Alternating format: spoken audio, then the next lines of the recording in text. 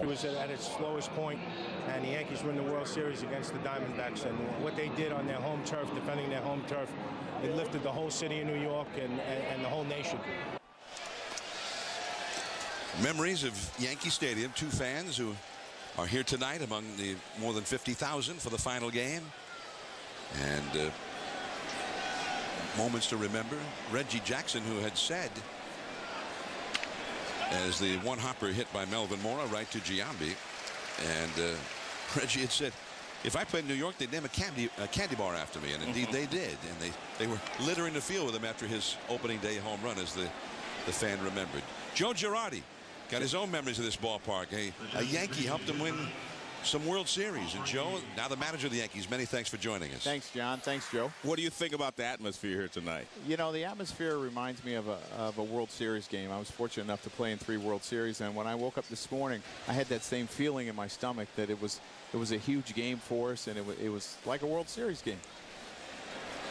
Now, you told us before the game, Joe, that you mentioned that to Paul O'Neill, and he agreed with you. Yeah, he has his son Aaron with him, and unfortunately Andy couldn't be here because he's in school. But you know, Paul said he had those same kind of jitters that you get when you wake up. You know, whether you're playing a Game 6 or Game 7, and it's a wonderful feeling as a player, and to be able to be part of this and watch the ceremony tonight with all the great players that came back, and the ovation that Bernie got back. It's the first time Bernie's been back since he stopped playing, and we've missed Bernie, and we're sure glad he came back tonight.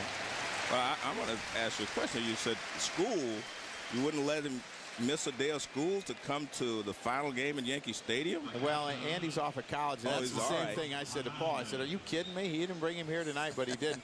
I know my kids are skipping school tomorrow, and they'll be back on. All right.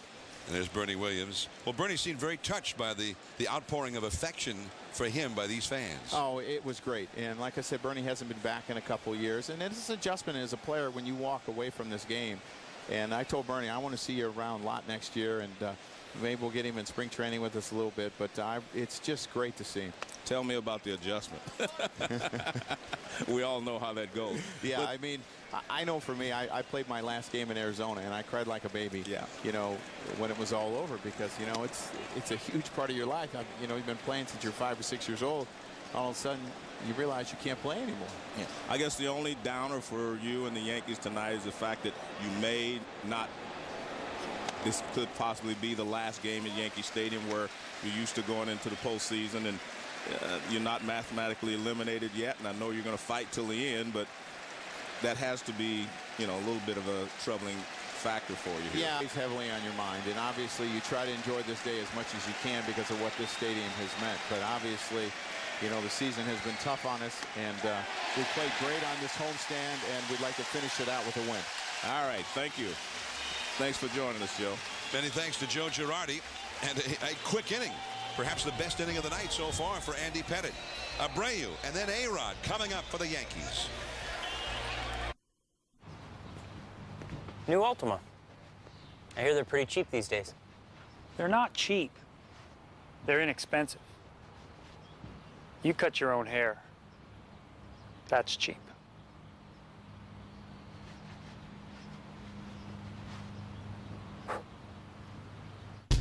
You'll get passionate about new prices on every Nissan model, like the Altima, now from $22,698. See your Nissan retailer today. During endless Red Lobster, you can have something decadent with something crunchy, then something creamy, then something new, like shrimp in a spicy Cajun butter sauce.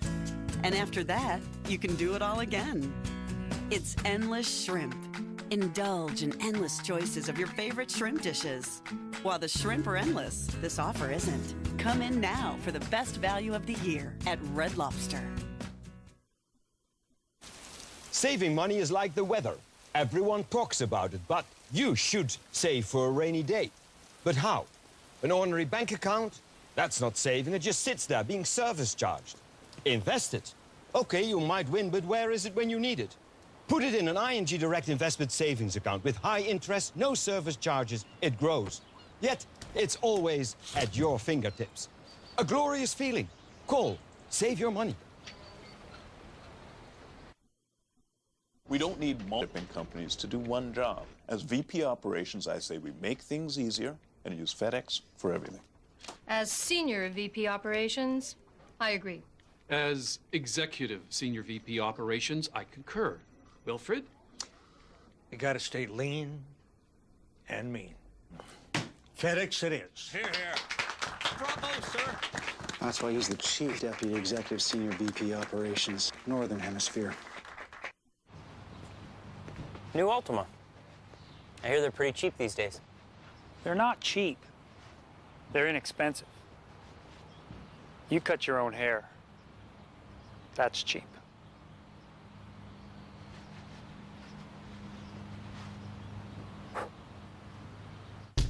You'll get passionate about new prices on every Nissan model, like the Altima, now from $22,698. See your Nissan retailer today. Last, deep. Which by definition, if you hit one out there away from the foul pole in left field, you have to hit it deep because it's deep. Just to get it to the wall. Now Bobby Abreu with Alex Rodriguez and Jason Giambi to follow the 3, 4, 5 spots against the rookie Baltimore left-hander Chris Waters. That's an accidental ground ball. Melvin Mora too late, and an accidental base hit for Bobby Abreu. And that's one of those, John, when you're trying to hit 300, he came into the game hitting 298. You'll remember that one. He's 1 for 3 in the game now. See the smile on his face. He's happy. Well, here comes Alex Rodriguez.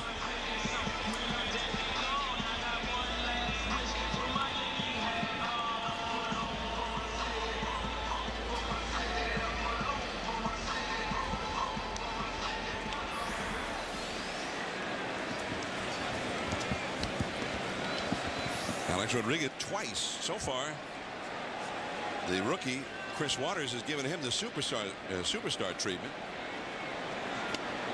Now he catches the inside of the knees for a called strike. Rodriguez, when he hit his 500th home run last year, hit it down the left field line. It's 318 feet to the foul pole in left field, and it did not miss the foul pole by that much. There goes Abreu, and A-Rod with a bouncer foul off to the left. It's 0-2. Jason Giambi on deck. Abreu will have to go back to first, and he's taking his time. Having a look at the third base coach, Bobby Meacham, as he does. I think that's one of those situations where if you're the hitter, a lot of times you will put a hit and run on because you think you know exactly what the pitch is going to do. And I think that was a hit and run for A-Rod rather than a straight steal. As he swung at a pitch that was down and out of the strike zone. And that one hit him. Slider down and in. 1-2. Alex Rodriguez, one of the great home run hitters of his time or anybody's time. He's just 10 back of Reggie Jackson, who's 11th on the all-time list of home run sluggers. He moved past Michael Jack Schmidt earlier this year. Also moved ahead of Mickey Mantle. And a foul off to the left. A-Rod has hit 20 home runs or more in this ballpark in each of the last 4 seasons.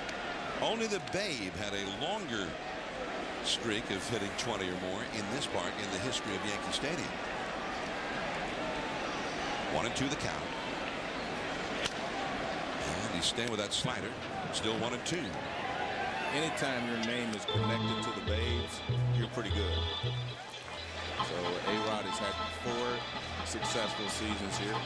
He still is trying to win the hearts of the New Yorkers because he's won 2 MVPs in those 4 years, but it just seems that he hasn't been accepted here yet as a total superstar.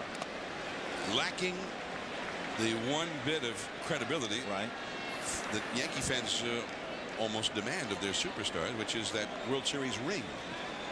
They have not won a World Series since Alex Rodriguez arrived in town. Whether or not that's A-Rod's fault, we can have a long discussion about that. Yeah, I would say it's not his fault, but obviously they have not won in the time that he's been here. 2-2 the count, and back to the bag is Abreu. Alex Rodriguez this year 35 homers, 101 batted in, 18 steals, hitting over 300, and he spent time on the disabled list, keep in mind. He missed 21 games all told this year. And again, back to the bag is Abreu. And we saw a shot there of Derek Jeter, and that's the one thing what Jeter does for the rest of his career. They will not be able to take those championships away from him, and that's what the fans here identify him for, is championships. And that's what the Yankees in the past were all, identified with. Yogi Berra, Whitey Ford, winning championships. Abreu runs, and A-Rod hits a high fly ball that'll stay in the yard. Adam Jones, and that is out number 1. Joe, time now for our Sprint instant analysis concerning Andy Pettitte. Well, he's known for his cut fastball, but these are all straight fastballs. The riding fastballs up and in, staying in tight on the right-handed hitters. Not cutters, but good fastballs. He's doing good work on the inside. He's broken 2 bats so far, but a lot of guys are looking for that cut fastball, and it's the straight fastball riding in on their hands. He's allowed 3 runs, 2 earned runs, but just had his best inning of the night here in the 5th. Can be ball 1. Giambi has flied out to shallow center, and he has walked. Giambi hits a lot of home runs, and they brought him here because this is the house that Ruth built. There's that short porch in right field made for a left-handed pull hitter. One of Babe Ruth's nicknames when he played here was the Bambino, and John Sterling, the outstanding radio voice of the Yankees, when Giambi hits one, he calls him Giambino. So Giambi, although I don't think Giambi has lived up to expectations here since coming to New York. There's John Sterling, been broadcasting Yankee games on the radio since back in the 80s. That's inside to Giambi. John Sterling and Michael Kay, who's the television voice of the Yankees, were the co-MCs of the pregame ceremonies, and I thought they did an excellent job there, encompassing the great history of Yankee Stadium. Although the ceremonies are not going to be the end of ceremonies here. Apparently in November they're going to have the official closing of Yankee Stadium, and they'll encompass then not just the Yankees and their great history here, but the New York Giants football team played here for years. 30 championship boxing matches were held here. 3 popes have said mass in Yankee Stadium, including just this past summer Pope Benedict. 2-1 the count to Jason Giambi. Soccer, the great Pele called this stadium home in 1976 when he played for the old New York Cosmos. Just off the outside, and the count is 3-1. Not only were there a lot of great boxing matches that were held here at Yankee, 2 of the most compelling of all time. One in which Joe Louis was beaten by the German Max Schmeling, but they had a rematch. And in the rematch, June 22nd, 1938 at Yankee Stadium, Louis dominated Schmeling. He dropped him 3 times in the first round and ended the fight after just 2 minutes and 4 seconds, defending his heavyweight title. And of course, this was near the onset of World War II, and Schmeling came from Nazi Germany, representing the Aryan superiority, and lost to the African-American Joe Louis convincingly. Double play to end the inning, and we're heading to the 6th inning now. Andy Pettitte back to the hill with a 5-3 lead.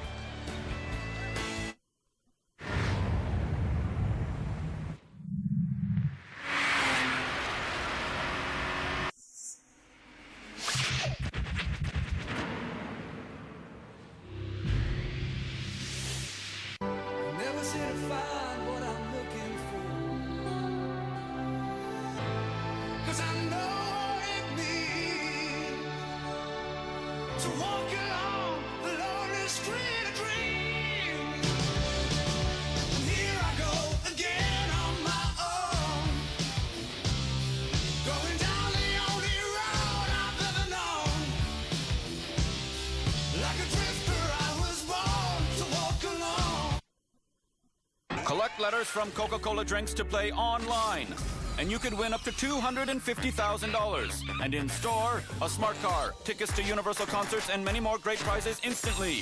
Subway, think fresh, eat fresh. At Desjardins General Insurance, we've never claimed to have invented direct car insurance. But just because something did deer stop there? I should be in Toronto in a week and a half.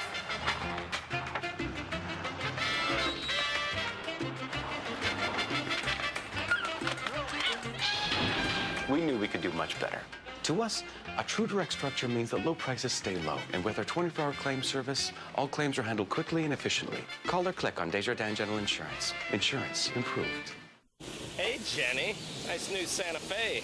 Can I take it for a drive?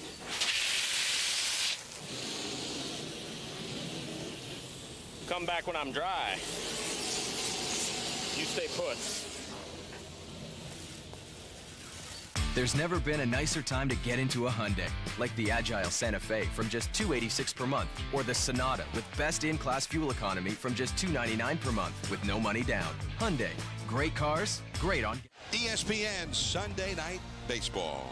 The final time from Yankee Stadium, New York. I'm John Miller with Joe Morgan and Peter Gammons. And Peter Gammons is standing by with two pitchers who did something extraordinary here. 1998, David Wells pitched a perfect game. A year later, David Cone pitched a perfect game. Wells and Cone, the two perfect game authors with Peter Gammons. Thank you, John. Well, David, it's remarkable to have three guys, including Don Larson, through perfect games in this ballpark. Just talk a little bit about what that one game, having grown up a great admirer of the Bay, meant for you. Well, I mean, it put me on the map, I'll tell you that.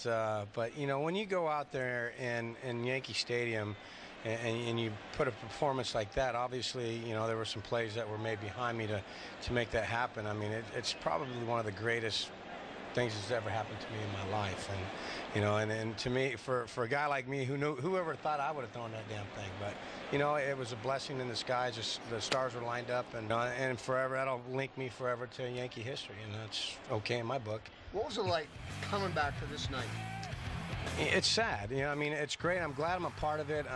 You know, the ceremonies were just unbelievable. I mean, just to see these guys come out, and especially Bernie, you know, has been here since he retired, and to see something like that, you know, I'm just blessed and that I'm part of this. I'm glad the Yankees thought of David and I and Don, obviously, but you know, it's something it's going to be, you will remember for the rest of our lives, and you know, it's just going to be a sad night as soon as the last pitch is over.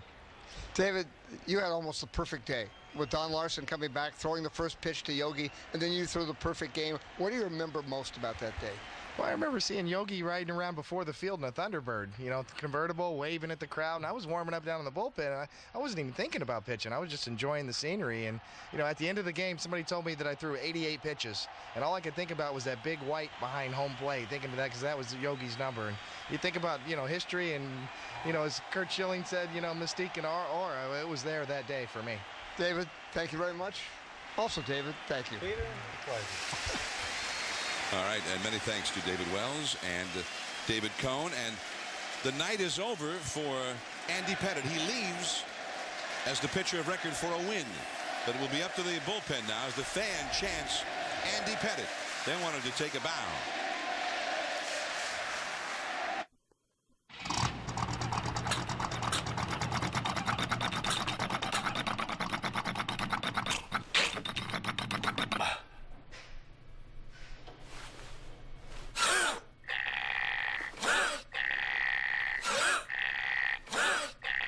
That's it. We can mix that. For maintenance that satisfies your guarantee, you need to go to your dealer anymore. Napa Auto Pro. We got you covered. All right. Who ate my volcano taco? Don't look at me. Introducing Taco Bell's new Volcano Taco. With its spicy lava sauce and red taco shell, it tastes even hotter than it looks. Was me. Feel the heat. Think outside the bun. For more heat to eat, get the Big Bell box meal. A Best Western isn't just any hotel, it's my hotel. At my Best Western, I make it my business to take better care of travelers. Sleep in or join us for breakfast. Maybe watch movies in bed. Do what you like. At Best Western, the official hotel. of your vacation. Join the rewards program that gives you rewards faster. Stay any 2 qualified nights at Best Western between September 14th and November 21st, and you'll earn points as a CAA preferred member. Earn even more at bestwestern.com. They had an Andy Pettitte cheer going when he left the game.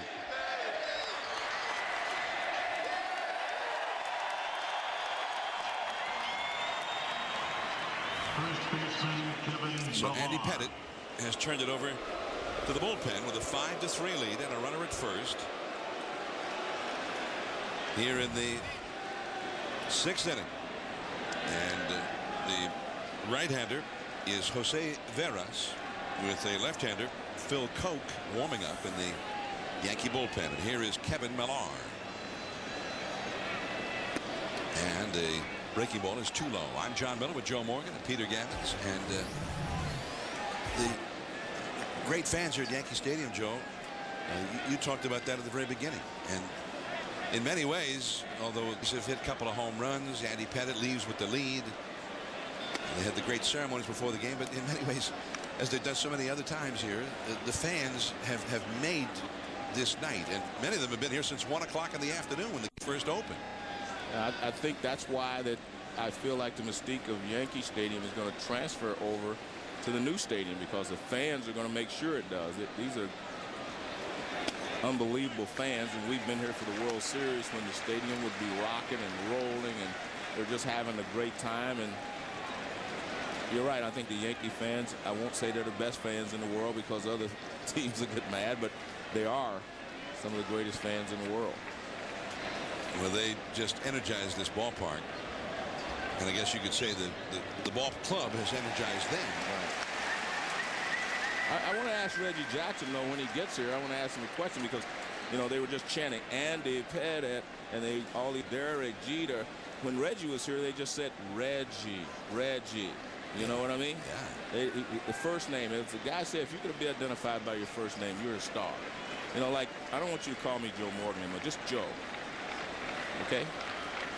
I need another syllable. How about Joey? That's strike 3. Kevin Millar is done. Now, Reggie Jackson wanted to go out into the right field stands to get that view that he used to have when he played right field one last time. And then the fans kind of recognized him, and Reggie accommodated him. He took the pictures for the fan. I mean, Reggie's always recognizable wherever he goes.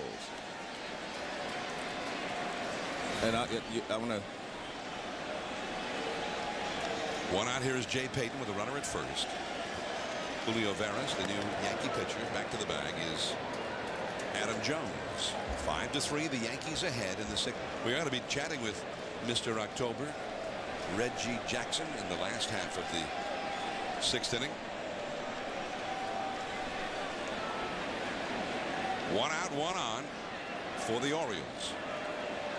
That fastball is a strike on the outside to Jay Payton, who has knocked in a run with a force out and has beaten out an infield hit. He's 1 for 2.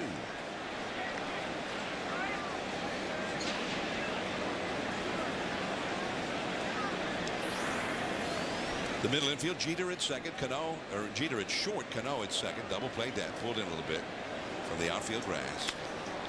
And off the right field line into the crowd. And a Souvenir. 0-2 the count. Veras throws hard. That one 96, 97 miles an hour. John, let's take a look at this. We're talking about recognizing Reggie Jackson. Well, they did recognize Reggie, but I'm going to try you. Someone else is there with Reggie, and they didn't recognize him right there. You don't even know who that is. Well, who is it? Val Kilmer, the actor. Yeah, see, they didn't recognize him. You mean Batman? No, well, there's the runner going. The ball goes right by Molina, who had jumped up to get ready to make a throw, and the ball went right past him. And a steal for Adam Jones. Well, I don't remember as Batman. I remember Doc Holliday in the Tombstone. Oh, that's true. He was a great Doc Holliday. He was a great Doc Holliday. I had a chance to talk to him on the field. He grew up here in New York. He was a New York guy. Yeah. There's another superstar, Matthew Modine. Got a Yankee jersey on.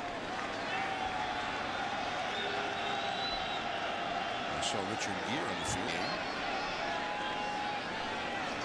1-2 the count. Molina out having a chat with Veras. There's Richard Gere. I saw Spike Lee. He was here. Spike's got a new movie coming out this Friday. This Friday? Yeah. 1-2 the count to Jay Payton. Spike, of course, a big Yankee fan. Oh, that breaking ball just off the inside. 2-2. Well, what's the movie? What's it called? What? There's Bobby Knight. Bobby Knight, a great baseball fan. Good friend of Cardinal manager Tony La Russa. Loves the game. That curve is lifted to left along the line, and there is Navy. 2 down. Payton retired. Adam Jones holding at second.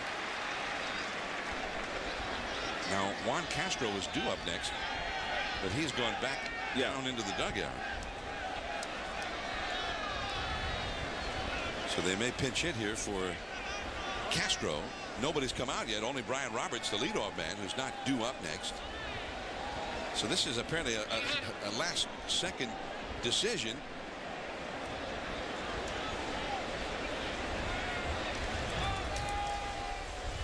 And that is Oscar Salazar who comes out for the Orioles. Salazar has got some power. He's only had 59 big league at-bats, and he got 5 home runs. So manager Dave Tremblay said, let's try and tie it up with one swing of the bat here. Castro, number 19, Oscar Salazar, number 19.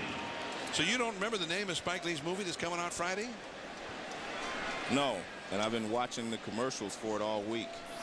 Well, what's it about? Well, it's about World War II and the miracle of St. Anne's. St. Anne's, that's it. The miracle at St. Anne's. That's it. St. Anna. Of St. Anna. Yeah, miracle at St. Anna. And it's about the guy that a true story. True story, and they find a artifact in the guy's house after he had been, he committed a crime, and it leads back over to the war. So it's pretty interesting, he told me. When I talked to him today, I told him I was going next Friday to see it. He didn't give me free passes or anything, but I told him I'd go. Oh. Yeah. Sorry, because he gave me several. Maybe I was supposed to give them to you. Maybe that was. I forgot what he said. That's probably what was supposed to happen. I've seen the trailers for that movie, and it looks really good. Here is Oscar Salazar with a runner at second and 2 down, and the curve is up and in for a ball. Salazar, 30 years old. He had a little bit of big league experience with the Tigers back in 2002, 21 at-bats. He's out of professional baseball for a while. He's been in a lot of different organizations, but 59 at-bats, and he's got 5 home runs for the Orioles this year. The count goes to 2-0. So he's thrown him a couple of breaking balls, and he's fallen behind him, Joe. Looks like he might have to throw the pitch he's been trying to avoid throwing. What do you think? I think that's what gets a lot of pitchers in trouble. You got to throw that breaking ball a couple. One of them's got to be a strike. Oscar Salazar is from Maracay, Venezuela. Possible tying run. We're in the 6th inning. It's 5-3 Yankees. Ooh. Well, one thing that Veras has going for him, even when the guy's looking fastball, doesn't mean they can actually hit it. That was 96 miles an hour, and it had a lot of movement running in on Salazar. He's got a great. In relief of Andy Pettitte. 58th appearance of the year for Veras. Off the outside. Now it's 3-1. Brian Roberts on deck. The Orioles, a pesky leadoff man, one of the top leadoff men in the game. Andy Pettitte finished for the night. 3-1 the count. On the outside corner at 96 miles an hour. 3-2. Man on deck, Roberts is not a real big home run hitter, 9 home runs, but he's got 51 doubles. And it's interesting, John Huff has 48, and Markakis has 47 doubles. 3-2 count. The curve, just off the inside. Well, after all of that, then he tried to fool him. I don't get it. You know, we were talking about this 51 doubles. There haven't been a team that had 3 players with over 50 doubles in a season. They're trying to be the first. Pinch runner goes over to first base. That is Brandon Fahey, and Girardi's bringing in Phil Koch, the left-hander. But Brian Roberts coming up. 2 men on, 2 men out in the 6th inning. We'll be back.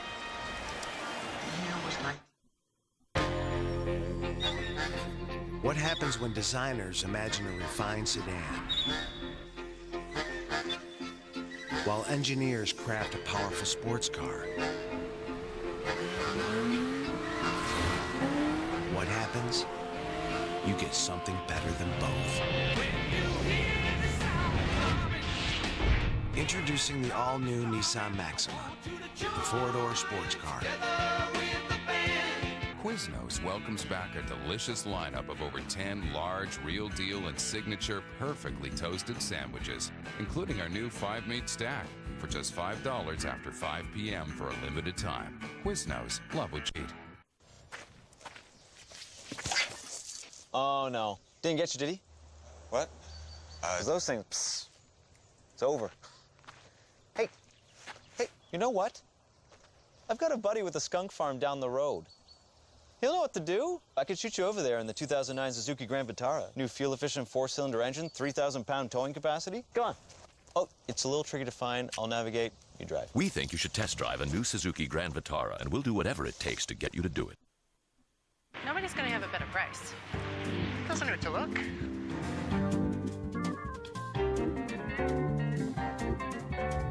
Don't say it, don't say it. Nobody had a better price. You said it.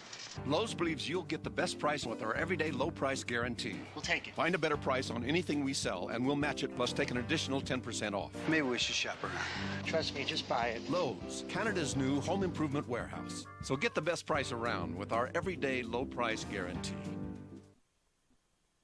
It's endless shrimp at Red Lobster. Indulge in endless choices of your favorite shrimp, including new shrimp in a spicy Cajun butter sauce. It's endless shrimp, our best value of the year. Now at Red Lobster. Yankee Stadium, New York. Opened in 1923. Tonight, the final game, September 2008. The aerial coverage, beautiful aerial views of the great ballpark, provided by Nikon, at the heart of the image. Phil Koch, left-hander, comes in with 2 men on, 2 men out. A 2-run lead. Bryce, a switch hitter, will bat right-handed. And he takes ball 1. Koch, in his 9th big league game, he's pitched 10 2/3 innings and only allowed 3 hits and 2 walks. But he falls behind here 2-0. And this is a big spot. And as Joe Girardi said earlier, it had the feel of a World Series. So Koch may have a few butterflies going right now, especially after those great pregame ceremonies. The count is 2-1. Pinch runner with Jones at second, and for Salazar, Brandon Fahey came in as a runner. He is the possible tying run. Koch trying to keep that from happening. 5-3 Yankees. Blew a fastball at 93 miles an hour right by.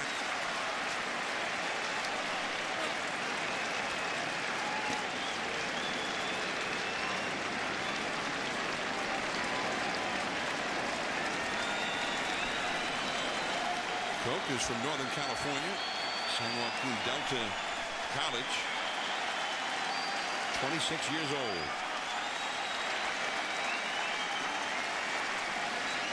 Sixth years in the Yankee organization. He struck him out.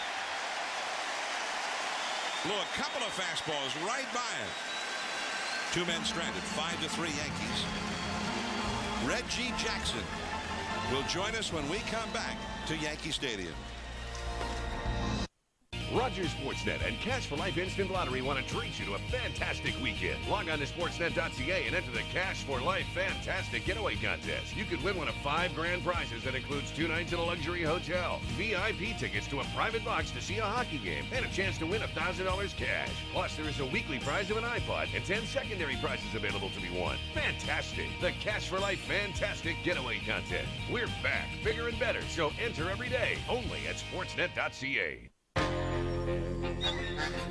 What happens when designers imagine a refined sedan?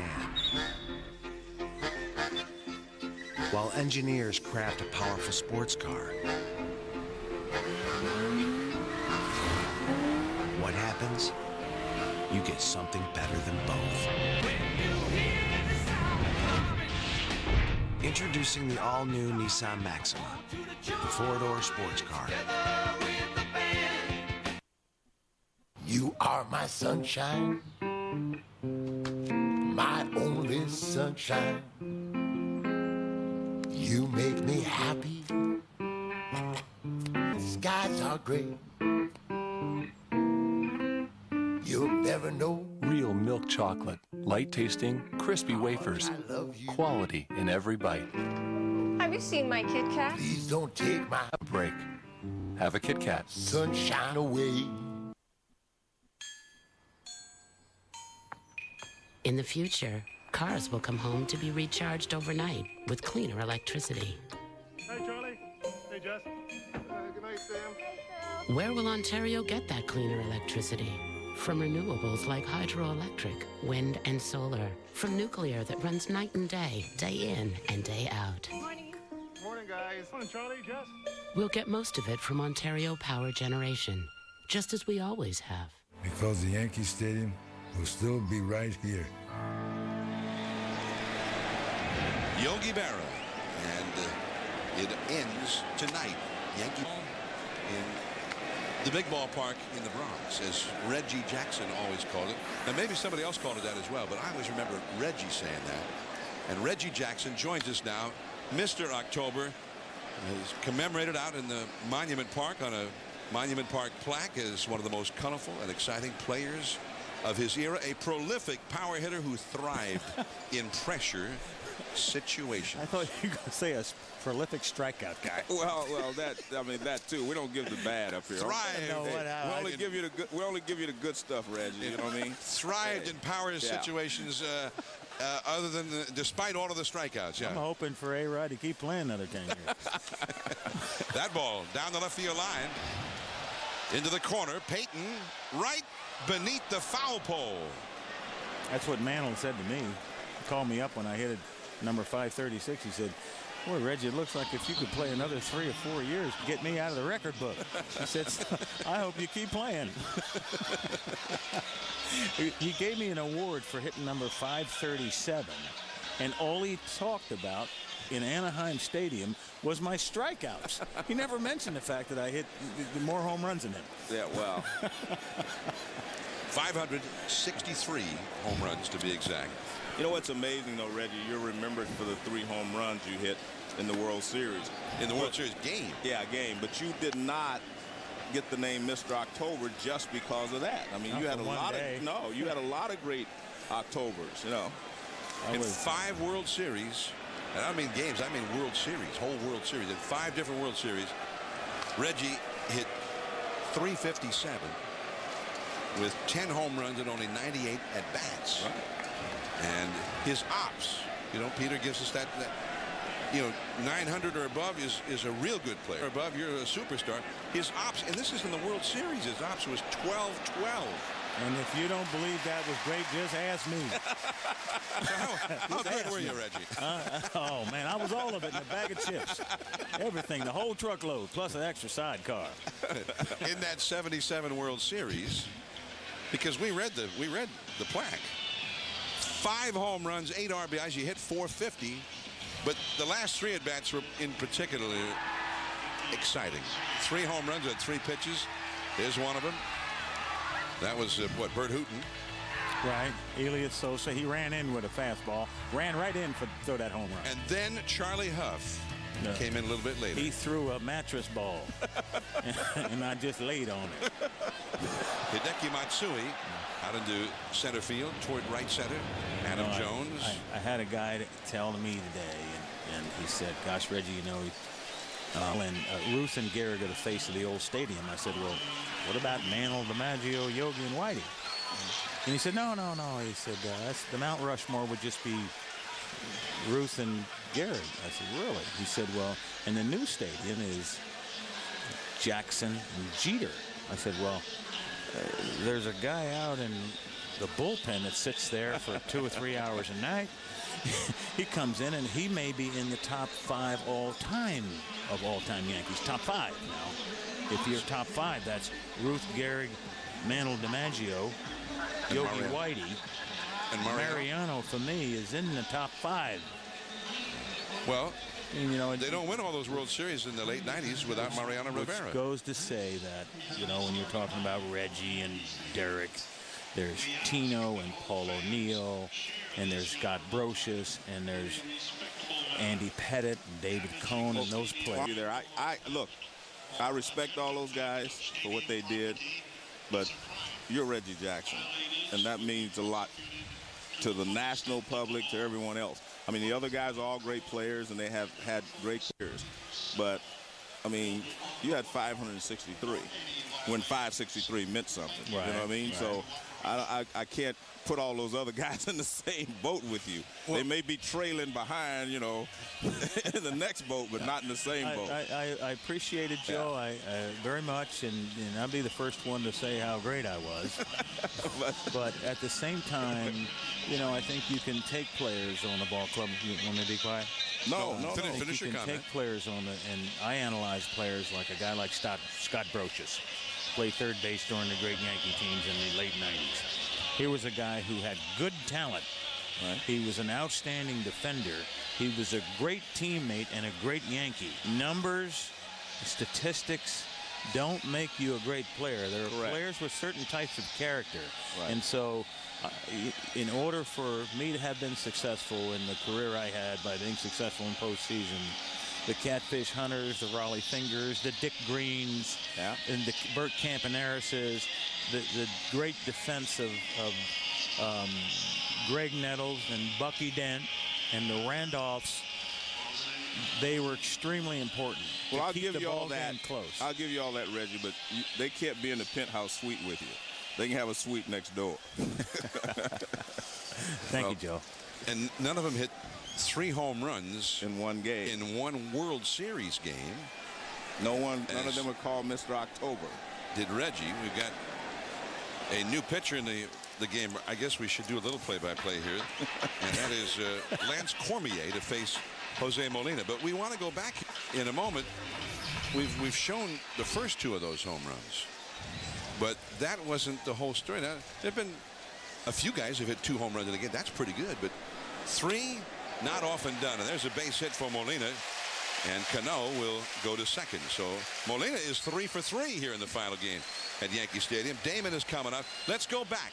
He's had 2 home runs. It's 1977. The knuckleballer Charlie Huff in from the bullpen. Now listen to the ovation for Reggie Jackson as he comes up to the plate.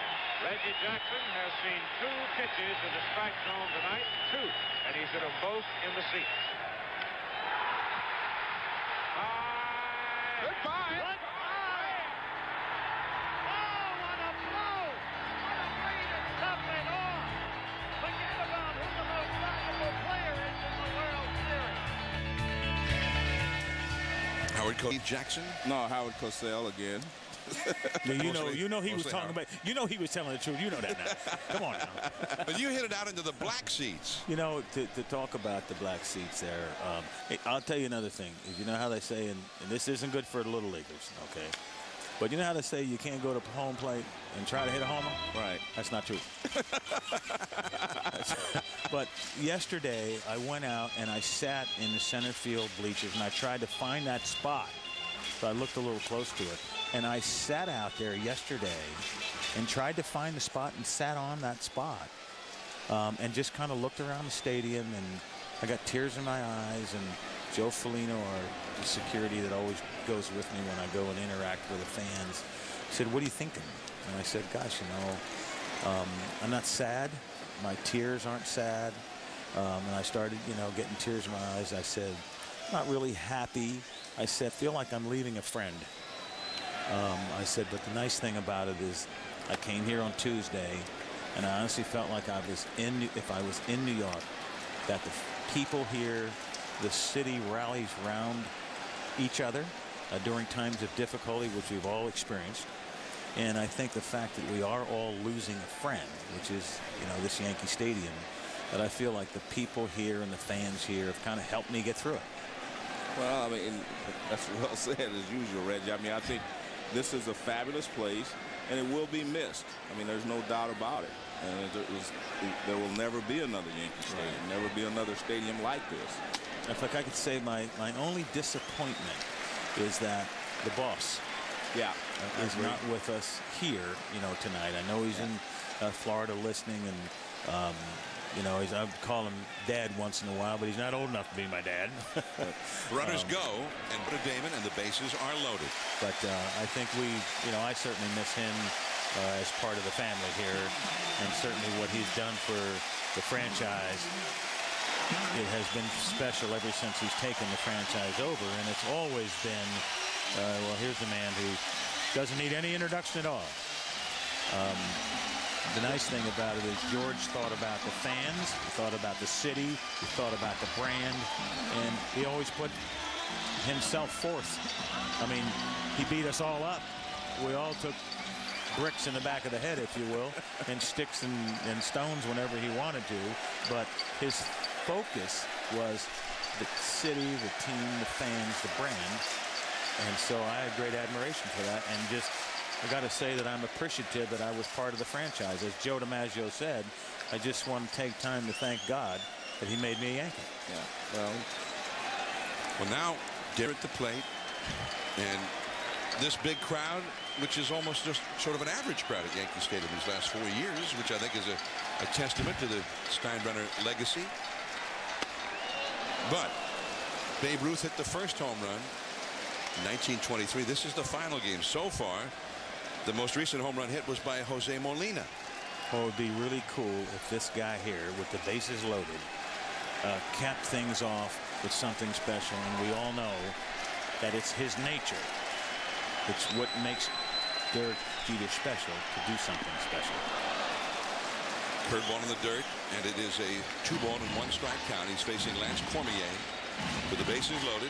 He's hit 1 grand slam in his career, but as his mom and dad look on from the stands, they were down on the field when he was presented with the crystal bat before the game, commemorating the fact that he has hit more bits than any player who ever played at Yankee Stadium, beating Lou Gehrig's record. What do you think? Was he going for it right there? Well, I hope so. Well, I think that just shows right there. That swing, John, shows that he's hurting a little bit, from being hit yesterday.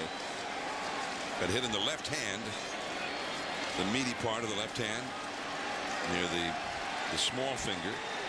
He got hit in May, and it bothered him for the next 40 or 50 games, and he never squawked a peep about it. 2-2. Strike 3 called, and Jeter begs to differ with Angel Hernandez. Bases left loaded. It is 5-3 as we head to the 7th inning from Yankee Stadium. Reggie Jackson is with us. We'll be back. At Desjardins General Insurance, we've never claimed to have invented direct car insurance. But just because something's been invented, do you stop there?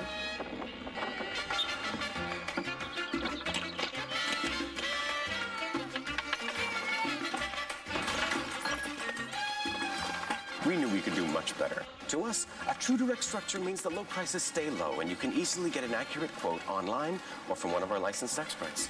Call or click on Desjardins General Insurance. Insurance. Improved. Want to follow your favorite hockey team on the road? Rogers Sportsnet presents the ultimate bet.net Hometown Hockey Poker Challenge. Go to ultimatebet.net/sportsnet now and enter the free daily poker qualifier for your chance to score a trip for two to watch your home team play in North America. This prize package includes airfare, hotel, $500 cash, and tickets to see your team play live. Sportsnet presents the ultimatebet.net Hometown Hockey Poker Challenge. Check Raise Your Way to the game today.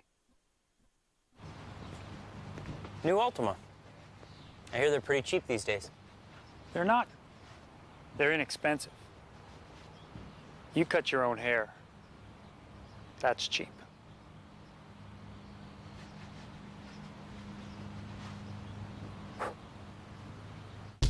You'll get passionate about new prices on every Nissan model, like the Altima, now from $22,698. See your Nissan retailer today.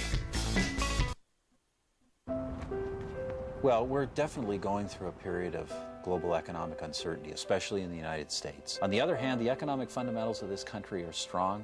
We're running a balanced budget, and we've been lowering taxes and making sure that when we spend money, that ordinary families benefit. We're making investments that will produce results.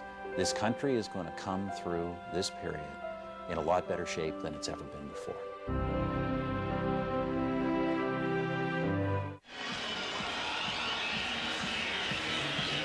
Yankee Stadium in New York. Baseball, the final time at Yankee Stadium, 5-3. The Yankees lead the Orioles. Fans join Major League Baseball in its efforts to help victims of the devastation caused by Hurricane Ike by donating to the Gulf Coast Ike Relief Fund. Log on to www.ghcf.org or MLB.com to help those in need. Together, we can make a difference. John Miller, Joe Morgan, Peter Gammons, and we're joined by Reggie Jackson. And this special night, the final game at Yankee Stadium, of which Reggie was such a big luminary, especially that night in 1977, his first year with the Yankees, hitting 3 home runs in the one game. Now, the next time he batted was opening day the next year, 1978. Maybe you opened on the road, I don't know. But the next time you batted in this ballpark was right here at Yankee Stadium.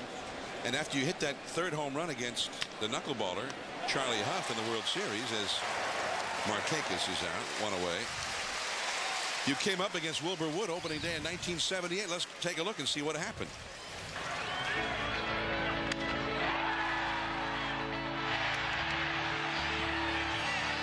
Joe, I homered the first time up. You like knuckleballs. In 78, you love them. Now they started showering the field with your candy bar. I thought they didn't like it. I was so embarrassed. I was afraid that they didn't like the candy bar, but they were throwing it out there, I guess, in New York style, you know. Well, they were littering the field with Reggie bars, and look what happened. Bob Shepard had to come on and make an announcement. Ladies and gentlemen. We're going to listen to it, but right now we have a pitching change. And Jabba Chamberlain is coming in here in the 7th inning. 5-3, the Yankees ahead, and we'll be back. As Mother Nature, I'm proud of Mott's Garden 2 servings of vegetables. Zesty, smooth, and surprisingly delicious. I sure know how to pick them. Vegetables. I'm talking vegetables. Mott's Garden Cocktail. Hi, Mother Nature again. I just love Mott's Garden Cocktail with its garden fresh taste. And I'm not the only one. Most Canadian vegetable cocktail drinkers prefer the taste of Mott's Garden Cocktail over the leading brand. Are you one of them? Oh, no. Didn't get you, did he? What? 'Cause those things, psst, it's over. Hey, you know what? I've got a buddy with a skunk farm down the road. He'll know what to do. I could shoot you over there in the 2009 Suzuki Grand Vitara. New fuel-efficient 4-cylinder engine, 3,000-pound towing capacity. Come on. Oh, it's a little tricky to find. I'll navigate. You drive. We think you should test drive a new Suzuki Grand Vitara, and we'll do whatever it takes to get you to do it. Miracle in Anna is one of the best films of 2008. On September 26th, Spike Lee invites you to solve a mystery 40 years in the making. No. You know what? Miracle at St. Anna. A Best Western isn't just any hotel. It's my hotel. At my Best Western, I make it my business to take better care of travelers. Sleep in or join us for breakfast. Maybe watch movies in bed. Do what you like. At Best Western, the official hotel. of your vacation. Join the rewards program that gives you rewards faster. Stay any 2 qualified nights at Best Western between September 14th and November 21st, and you'll earn triple points as a CAA preferred member. Earn even more at bestwestern.com.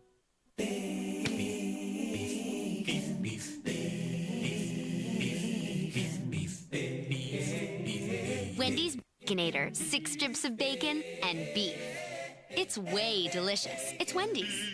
There is Job at 62 in from the Yankee bullpen.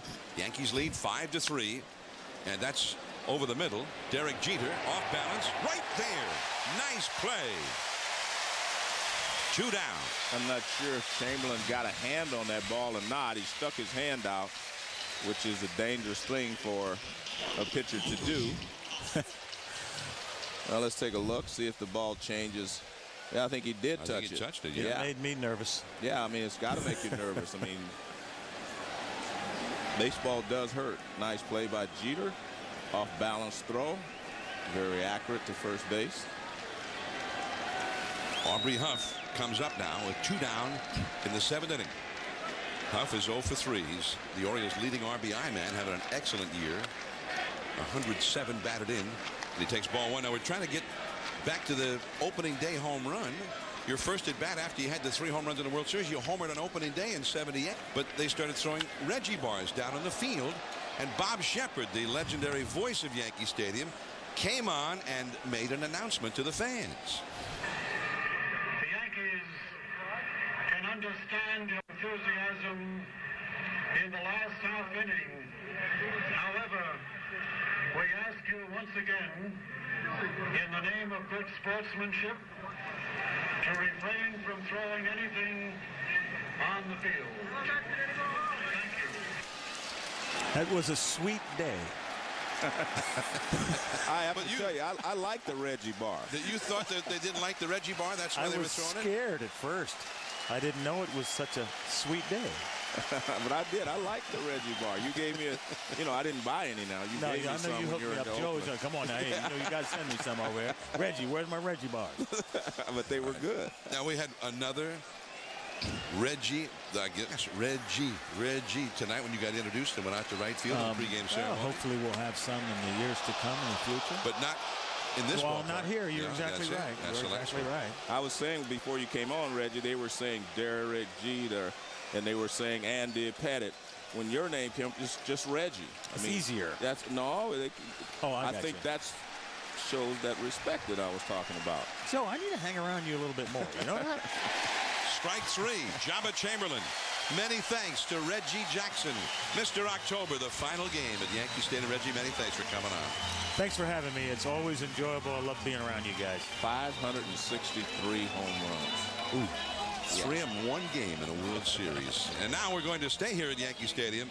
And a man who is a remarkable man, the famed Irish tenor, Ronan Tynan, is going to lead the crowd in singing God Bless America. And let's go down now. Will you please rise? Please direct your attention now to the microphone behind home plate and welcome Decca Universal Classics recording artist Ronan Tynan. In honor of the servicemen and women stationed around the globe, Dr. Tynan will now sing God Bless America. While the storm clouds gather far across the sea, let us swear allegiance to a land that's free. Let us all be grateful for a land so fair as we raise our voices in a solemn prayer.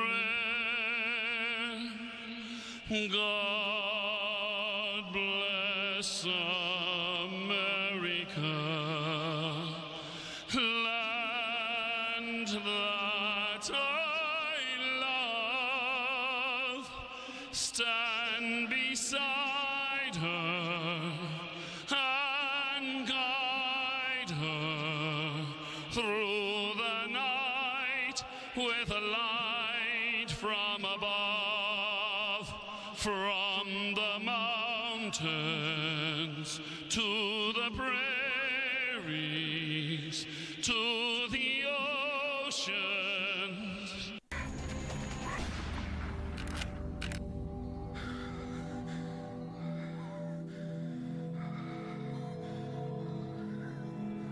Despite his near-fatal experience, Mark Crozier still has a deep love of the South African wilderness. I think it's probably the most important task that we have as the human race is to preserve the wild places and the wild species that we live with. There's such a huge therapeutic quality to being close to nature and spending time in nature. Despite the dangers that obviously, is present. I think it's a risk, but it's a minimal risk. It's a risk worth taking. The thrill of chasing game is a powerful lure. And for some, bringing home a close-up photo of these amazing creatures only was the experience. But when we step foot in a land where big game rule, the tables may turn. And the hunter becomes the hunted.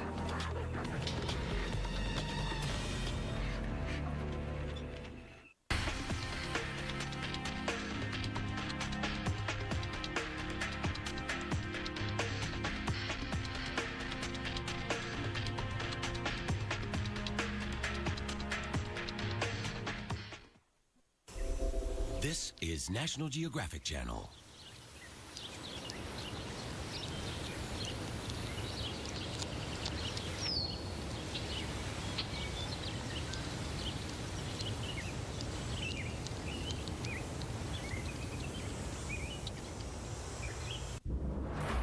The race is on to build King, the tallest, fastest roller coaster on Earth. With the deadline closing in, the crew confront unexpected challenges, threatening to derail their record-breaking megastructure. Let's take a few moments here. Will their $25 million gamble pay off? As they strive to launch this mother of all rocket coasters, only one thing is certain. The engineers are in for the ride of their lives.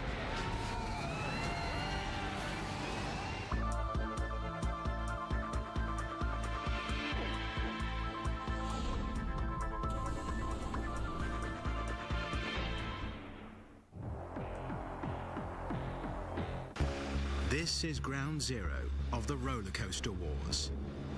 On this empty patch of dirt, a crack team of engineers hopes to conquer the record books and coaster that rules them all.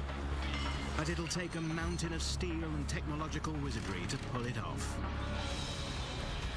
This is about bragging rights. For all its thrills, an amusement park's signature coaster is the one that counts. It is these monuments of pure power and speed that draw the big crowds. If all goes to plan, they'll launch King the Car in 1 year. It's a tall order, at 45 stories high, and accelerating from 0 to 206 kilometers per hour in 3.5 seconds. This ride will be the closest you'll get to getting shot off the deck of an aircraft carrier, or pulling out of a dive in an F-16. So we've got to bring a crane in. But are the designers behind King Dakar pushing the technology to the breaking point?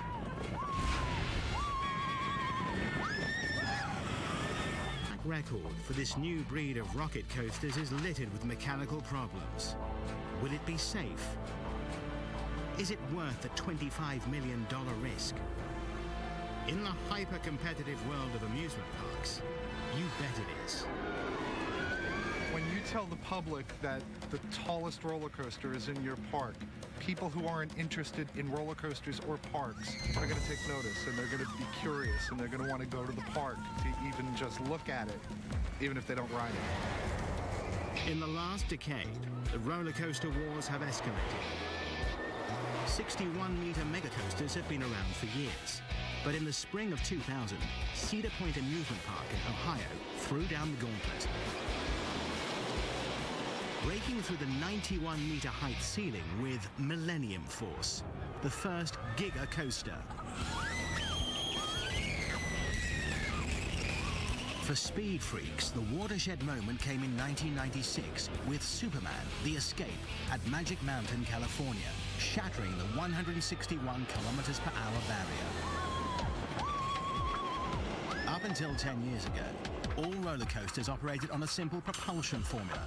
A slow chain or cable lift pulls the train up the first hill, releases it, and gravity takes over. Rocket coasters such as King Dakar have rewritten the laws of coaster physics, throwing out the idea of the slow ride up the first hill. Rocket coasters are shot out of the starting gate like a fighter jet is launched off an aircraft carrier.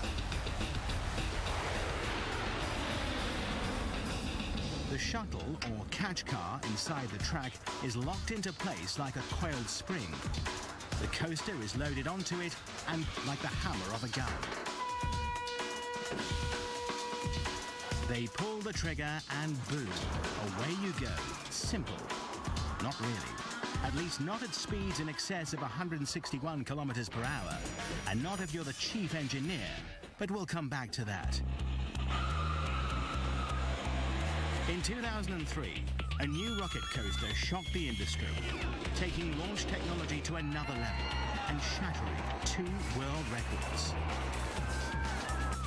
Top Thrill Dragster at Cedar Point, Ohio, stands a gut-wrenching 128 meters high, making it the first strata coaster, accelerating to 193 kilometers per hour in about 4 seconds. It's the closest thing on wheels to a real top fuel dragster. Enter King Dakar, the monster ride destined to cut the dragster down to size. March 2004. The Brain Trust from Six Flags Great Adventure in New Jersey teams with Swiss manufacturer Intamin, the builders of Top Thrill Dragster. The concept for King Dakar is unveiled. Yeah, it looks like it's all here. Great. The idea is to begin with the blueprint of Top Thrill Dragster, but to build their new coaster, King Dakar, even bigger, faster, and better. The amount of power for this ride is substantial. The stakes are higher, much higher. The question is, how far can they push the technology? Can it be done? Can it be done in time? The money people are adamant. To be worth the estimated $25 million investment, it has to be ready to ride for the start of the next season. Turning to one of the most sophisticated CAD design software programs around, the idea begins to take form. Every meter further and kilometer per hour quicker drives up the cost. Every change in the geometry of the track affects the stress on the rider's body. The formulas for G-forces must be recalculated. The design goes through hundreds of minor variations. We talked about different heights. You know, how high did we want to go? We looked at the possibility of one with 2 hills on it in the back. And, you know, we decided to stay with the single hill. The final design is a 950-meter long track, packing the maximum thrills into the park's allocated space. Its centerpiece will be this soaring 139-meter tower, 4/5 as tall as the Washington Monument, breaking the old record by 11 meters. The designers can even experience the ride from the passenger's point of view. First, the launch, 0 to 206 kilometers per hour in 3.5 seconds.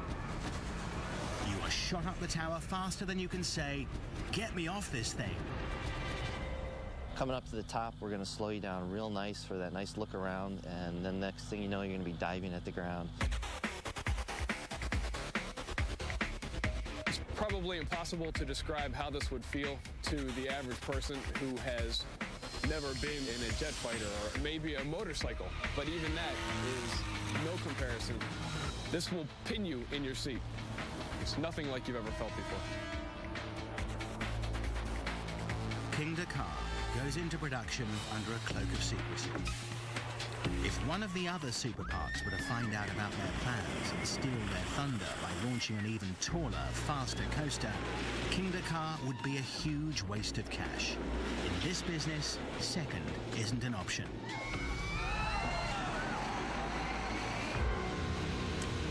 August 2004. An A-list of engineers converges on the east coast of the United States, daring to build the dream coaster. As they begin digging the foundation, their deadline is set. April 23, 2005. They have less than a year, and the clock is ticking. So far, so good. If they fail, Six Flags will lose money by the bucket load. Because of the magnitude of the project, we had to get an earlier start than we typically do for other coasters. One crew works on building the giant tower, while a second crew works on the smaller Camel Hump Hill, approximately 45 meters away. They take advantage of the warm fall weather to get as much of the coaster's track done as possible. By November, the coaster is beginning shape. The plan is to work non-stop 7 days a week, even during the winter months. But just when they're making progress, a severe rainstorm shuts them down. Little do they realize that this is just an omen. There is much worse to come. She's unstable. That's dominance right there. When you can't anticipate what's going to happen. I feel like his mom. I give birth to him, so to speak. The more it happens, the more we rehabilitate. There we go. Caesar Milan helps man's best friend out of the doghouse. Thank you for Caesar. Hallelujah. 5 days a week, The Dog Whisperer. Coming up next on National Geographic Channel.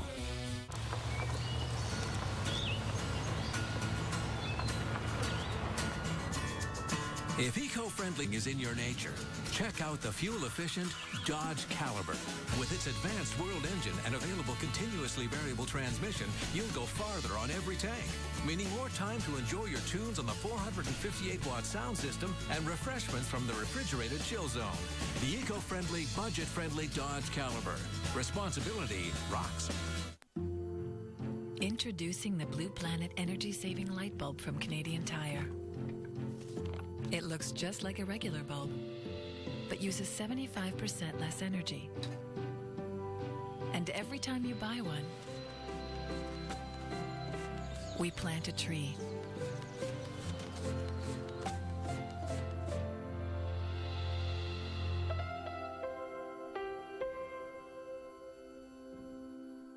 Ryan, Josie's ready for you on set. Great. Wait.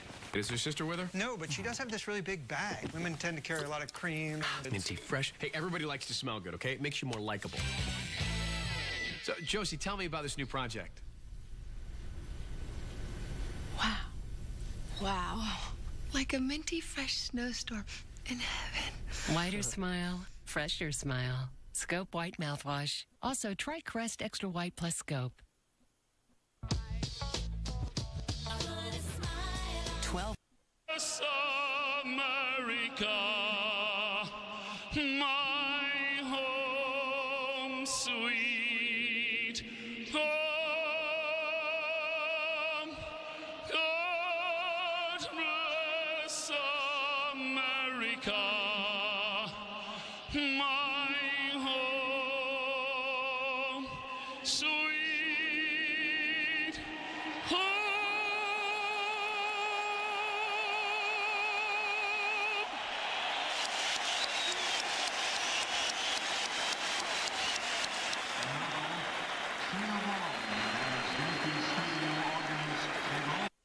New Canada Dry Green Tea Ginger Ale.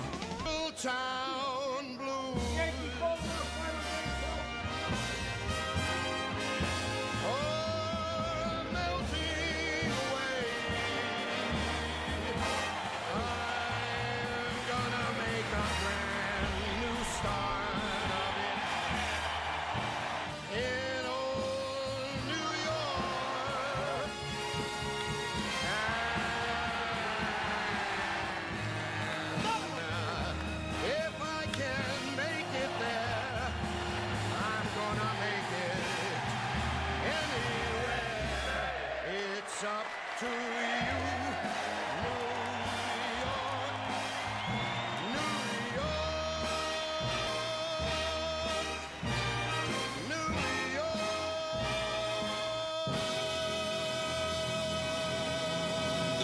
season, the final game at Yankee Stadium. And while we're here covering this game, and I think it's extremely compelling to fans all across the nation, around the world, this famous ballpark, but it is also a compelling local story. This is the local ballpark for Yankee fans. This is where Yankee fans come to enjoy their baseball and have for all these many years.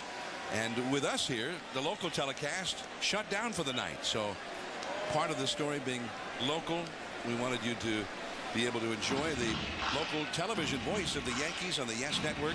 17 years a Yankee broadcaster, for 5 years covered the Yankees as a newspaper reporter. Here is Michael Kay. Michael, take it. Thank you, John. Thank you so much, and nice to see you and Joe. First pitch to Bobby Abreu is a strike. Rodriguez and Giambi. This has been a dream come true for me. I live 10 minutes from Yankee Stadium, and since I was 9 years old, I wanted to be a Yankee announcer, so I've made out okay. Very lucky. We've all made out okay. Well, it's like Whitey Ford. He wanted to play for the Yankees. You wanted to announce for the Yankees. You know, Joe, I knew right away I was awful. I couldn't play, so I had to take another route to get here. The 1-1 to Abreu. There's a strike, and the count 1-2. You did a great job on the pregame ceremonies with John Sterling, the radio voice of the Yankees. It must have been exciting to hear the crowd. And I mean, the crowd is just so much of everything that seems to go on in this ballpark. There was a real electricity. It was almost a game one of the World Series feel. And I really thought that there would be a chance that it would be maudlin and sad, but I think that people were more in a celebratory mood, as if they're saying goodbye to something that they really enjoyed a lot, rather than sad about moving away from it. And, you know, the place across the street is going to be, and I think that takes some of the sting away. 2-2 is grounded foul. Have you seen, of course, you've seen the next door. Give us a little, you know, how you feel about that new stadium over there. Well, it's amazing. And I actually saw the clubhouse in February when it was mostly concrete, but the Yankee clubhouse runs from right behind home plate to right field. That's not an exaggeration. It's unbelievable. I don't think we'll ever see a Yankee player, to tell you the truth. There's a lot of places to sit away from people. That one is blooped into center field, and Jones lets it fall in front of him. And that is a single for Bobby Abreu. Now, Friday, they actually put up the new letters on the new Yankee Stadium. And for a while there, during the afternoon, it said Key Stadium, but they put up the YAN, and that completed it. And Yankee Stadium, that faces toward the Deegan, which is the expressway that runs past the ballpark for those not in New York. And the place looks great. They've spent a lot of money on it. It really looks more like the original Yankee Stadium than like this one. Here's Alex Rodriguez. He's 0 for 1 with 2 walks today. And we've been talking about how the Babe hit the home run in the very first game. Who's going to hit the last one? So far, it's Jose Molina. Which is funny because the last home run in the old ballpark was another catcher, Duke Sims. So maybe that'll play out. The 0-1 runner goes. There's a strike, throw to second, not in time. A stolen base for Abreu.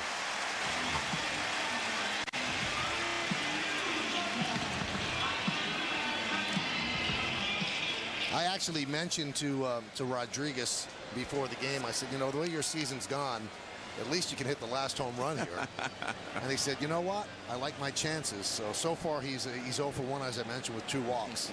But the 2 walks, the Waters was pitching around him, it seemed like. He has not been swinging. Yesterday he had his best swings that he's had in about 2 weeks. He was lunging out in front of everything. You could see that he was guessing up there. And he's had the type of season, you look at his numbers, 303, 35, and 101. Now that's pretty good. But he really has not hit in the clutch at all this year. And when you compare it to last year, which was one of the best seasons in the history of this organization, it kind of dims in comparison. Well, numbers can be very deceiving, as we all know. It's been around this game for a long time. It was really the best year maybe in history by a right-handed home run hitter in this park. Amazing, amazing season. And big hits as well. The 0-2 is outside at 1 and 2. And one thing I found, Michael, over the years of playing, guys will do that. Sluggers. They'll have a good year, you know, get clutch hits one year, next year they will not. Then they'll go back, next year they will. That one is driven out to right center field. Adam Jones on the run. He's there and he'll put it away. Tagging Abreu. He heads toward third to throw to the outfield side, so Abreu moves 90 feet away from the score. You know, I played with some of the greatest hitters in the history of the game. You know, Johnny Bench, George Foster, Tony Perez, and that would happen sometimes. You'd have years where, you know, they'd still have the numbers, but they weren't in those key situations. Next year, they'd have the numbers in the key situation. I mean, I think that's something that happens in this game. I don't think you can do it year in and year out. I mean, as good as Derek Jeter's been in the World Series and stuff, you know, he struggled last year in the postseason. So, I mean, it just happens. And with Alex, the interesting thing, and it goes right along with what you're saying, Joe, MVP in 03, 05, Right. 07. Exactly. And the even numbers haven't been too good for him. Right. Looks like we're going to have a pitching change here. Walker, the left-hander, has been summoned by Dave Tremblay, the manager. Runner at third. One out. Jason Giambi coming up. The Yankees are leading 5-3 with Michael Kay, the TV voice of the Yankees. All right. Who ate my volcano taco? Don't look at me. Introducing Taco Bell's new Volcano Taco. With its spicy lava sauce and red taco shell, it tastes even hotter than it looks. Was me. Feel the heat. Think outside the bun. For more heat to eat, get the Big Bell box meal. This is a total team effort. This team, everybody chipped in. Unbelievable. This is the greatest feeling in the world. That's what it's all about, and it's unbelievable. If you're going to beat somebody, you know, why not beat the best?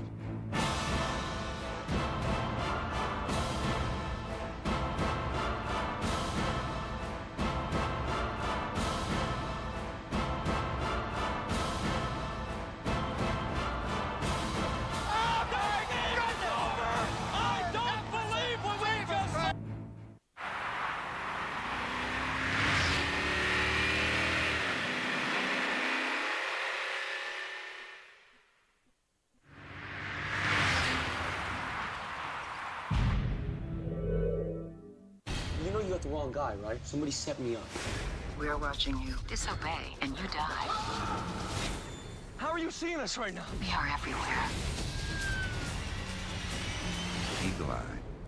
It starts Friday. Yankee Stadium, New York, New York. ESPN Sunday Night Baseball presented by Taco Bell.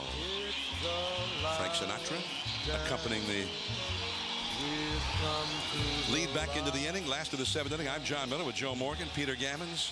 Our final Sunday night telecast for our 19th season and our last, of course, from Yankee Stadium ever. And we're joined by the voice of the Yankees on television. Runner at third, one out here in the seventh. And the Orioles bring the infield in as the Yankees are up by 2. They do not shift. That helps Giambi when there are runners on base because it does not allow the team to completely put 3 infielders on the right side. The shortstop is shaded up the middle. The 1-0. There's a strike, and the count 1-1. And there's a look at the defense. The defense is playing in. They want to cut off the run. They're already trailing 5-3. They do not want to give up another run. 1-1. Good breaking ball. Good arms in the Orioles outfield in center and right. Markakis leads the American League with 16 outfield assists. Jay Payton has a left fielder's arm. Bobby Abreu with good speed has stolen base, his 20th of the year, and moved to third on the fly ball by Rodriguez. And the 1-2. Popped up and fouled away. The interesting thing about this season is that when you saw this on the schedule, you never thought that this was going to be the last game at Yankee Stadium because it almost seems like a birthright the Yankees are going to make the postseason. They've made it every year starting in '95, an incredible run under Buck Showalter and one of the great series ever against the Mariners in the division series. They lost in 5 games, and then the Joe Torre era began in 1996, and they made the postseason every single season. The 1-2 is popped up. Backpedaling is Fahey, and it's going to fall. Hits the grass. Coming home is Abreu. He'll score. It's a bloop RBI single for Giambi, and the Yankees lead 6-3. Well, lack of communication there between shortstop and the third baseman. Either one of them could have caught it. I think it's the shortstop's ball because he has a better angle. See, Mora is going straight back. But you could see that he shied away and shortstop, and it drops in for a base hit. So the shortstop was in position to make the play. He was facing home plate a little bit. Well, Giambi is going to be taken out of the game for a pinch runner. He gets congratulations. And Dave Tremblay is going to mix and match, so he's going to get a bullpen again. And Brett Gardner is going to pinch run at first base for Jason Giambi. Well, Joe Girardi said he's going to play this like the 7th game of the World Series. I guess the memo went over to the Orioles side as well. Rocky Cherry will come on. It'll be Cherry against Xavier Nady. Yankees are leading 6-3. You're watching ESPN Sunday Night Baseball. There are those who jump right in, and those who prefer to ponder. There are doers, thinkers, watchers, and readers. Mathletes, athletes, and everything in between. So how do you help them all graduate? With expanded courses that give them all the opportunity to succeed. To learn more, contact your school or visit online. Any player that I have the slightest suspicion may have padded his statistical performance by the use of anabolics or any other performance-enhancing drugs, out. Don't knock on the door. Don't beg for forgiveness. Don't fall on your sword. Don't call me at home. You ain't getting in. You did it. You live with it. But it's a Hall of Fame, not a Hall of Shame, and I think that all the players that use performance-enhancing drugs brought shame on the game. Good afternoon, baseball fans everywhere. This is Red Ball with Mel Allen at Yankee Stadium in New York. That ball is going. It is gone. How about that?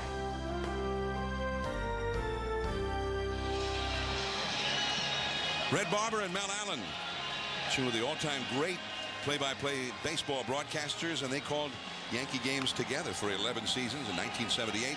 Both were inaugural recipients of the Ford C. Frick Award given by the Baseball Hall of Fame for their major contributions to baseball and the broadcasting of same. We've had a long tradition of great baseball broadcasting here in New York and in the Bronx, and we're pleased to have with us tonight the television voice of the Yankees, Michael Kay, as Rocky Cherry has come in to pitch with the runner at first and 1 out. The Yankees ahead 6-3. And Michael, take it. 5.79 ERA for Cherry. This is his 16th game. Nady came over from the Pirates. Really has done a good job with the Yankees overall, closing in on 100 RBIs for the season. Cherry deals. There's a strike. Mel Allen actually pulled me aside when I first got the radio job in '92 and said, would you mind if I gave you advice every now and then? It was like DiMaggio asking a hitter, would you mind if I gave you advice? And I said, that would be great. And he would occasionally pull me aside and give me some pointers. The 0-1, one of the things he told me, he said, you know, sometimes when you're on the air, it sounds like you're announcing. He said, who listens to all of the games that you broadcast? And I said, well, my mom. And he said, you know what you should do? Talk to your mom. He said, because if you're talking to your mom, that means you're talking to everybody individually that's listening. And I thought that was a good bit of advice. Yeah. You were talking about this stretch of 13 straight years, the Yankees being in the postseason, the last 12 of them under Joe Torre. And it was a magical run. The 4 World Championships, 6 American League pennants, and one of the greatest World Series ever played, and one that they didn't win was in 2001. 26 in all 26 pitches upstairs, and 9 actually celebrated at this ballpark, the clincher. And under Joe, it really was an amazing era. The world title in '96, and then the 3 straight '98, '99, and 2000. '98, they were 125 and 50, 12 postseason appearances in 12 years, and now Joe looks like he's going to get another postseason appearance with the Dodgers, the way things are breaking down in the National League West. Well, for me, the only thing missing in tonight's celebration is a Joe Torre sighting. I wish we had one, because Joe is a definite part of this. Gardner goes. The ground ball is short. It's booted by Fahey. And there goes Gardner toward third. Throw is not in time. Yankees have runners on the corners with 1 out. Nice hustle there by Gardner. I mean, he got up quickly and got over to third base.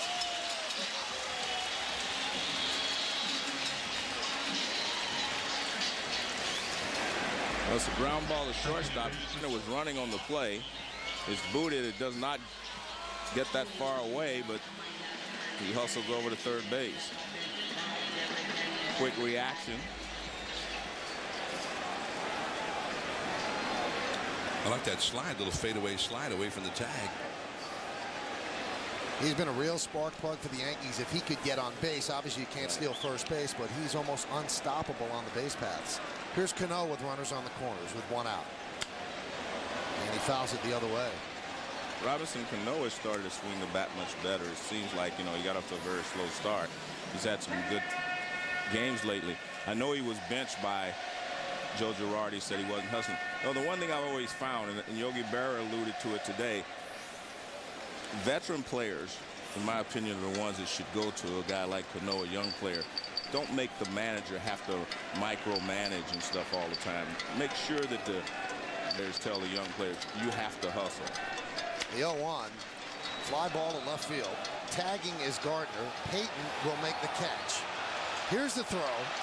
Here's the play at the plate. He's in there. A sac fly for Cano. Moving to second on the throw is Nady. And the Yankees now lead by 4, 7-3.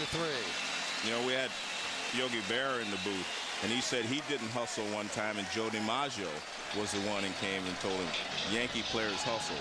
Run out the, you know, it doesn't take much to hustle. We want to run out every ground ball. So that's the way I was always taught, that the veteran players always push the young players to keep the manager from having to, you know, like I say, get into everybody's face all the time. You know, Girardi had said that several people had pulled him aside, and I don't think it sunk in. And you know, Joe, the money's important to players, but the playing time is paramount. Oh, when you take that away, that really resonates with them. And different player since then. He's running hard down the front. Yeah. Here's Pudge Rodriguez. He's going to pinch hit for Hideki Matsui. For Cano, his 64th RBI of the year.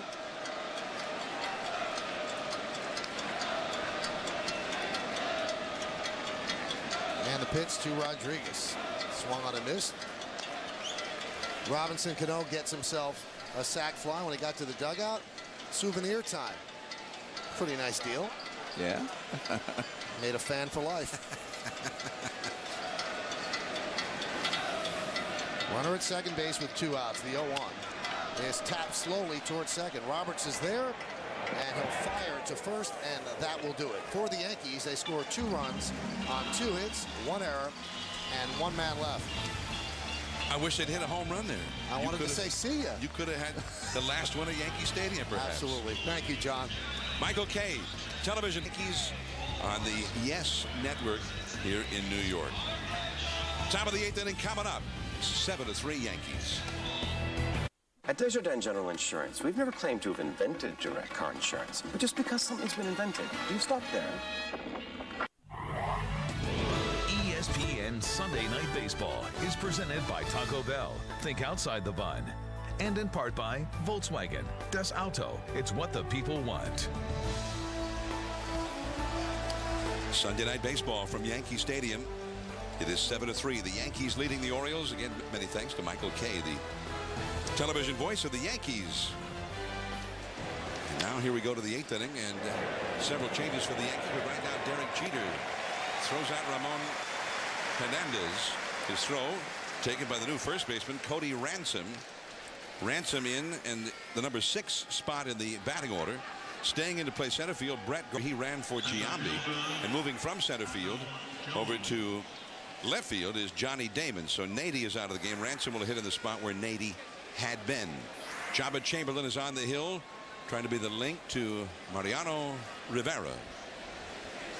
And I think for the Yankees and for the Yankee fans, there could be no better ending to the final game at Yankee Stadium than for Mariano Rivera to come in the one last time. And I was pretty impressed. Reggie Jackson thought that Mariano Rivera is one of the top 5 most important players in the history of the Yankees. Well, as you mentioned, they would not have won those 4 world championships with Joe Torre without Mariano Rivera.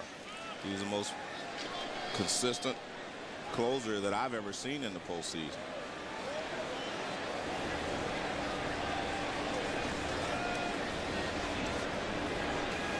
Two 2-0 the count to Adam Jones, who's had a triple and a single, a steal. He's had quite a night as a rookie. Adam Jones facing Jabba Chamberlain.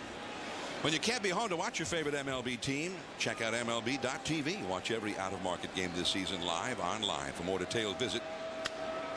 And that's right to Cody Ransom. Out number 2. Visit www.mlb.com, MLB.tv. Peter Gammons, you've been coming to Yankee Stadium since before the remodel to cover baseball. And now the final night, your impressions. Well, I'll tell you what was really fun for me was when all the ceremony was going on. I was hanging out around the Yankee dugout, and to watch the young players, the Brett Gardners and guys like that, just with their mouths open. They were like little children watching something they never thought they'd ever see in their lives. And it really kind of summed up all the generations that have been tied together by this evening. And Peter, you started coming here as a reporter for the Boston Globe. The first game I covered was in April of 1972, and I've seen some great fights in this park. I've seen some great home runs. Kevin Millar, shallow right. That is Cano. And the inning is over. It's getting close to Mariano time. The last time at Yankee Stadium. Jabba Chamberlain, 5 in a row. He's retired. Last of the 8, 7-3 Yankees. Well, they came from behind against teams, but for several years nobody came from behind against the Yankees. Mariano Rivera was not just a ninth inning guy either. Rivera many times in the Joe Torre era came out and pitched the 8th and the 9th innings in postseason games.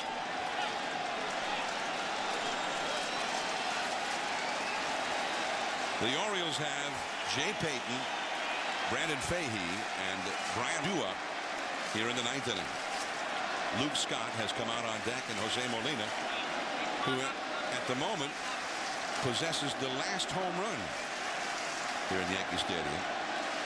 So as Rivera gets ready to face Payton, and then it looks like Scott and Brian Roberts, and everybody is standing at Yankee Stadium for this 9th inning.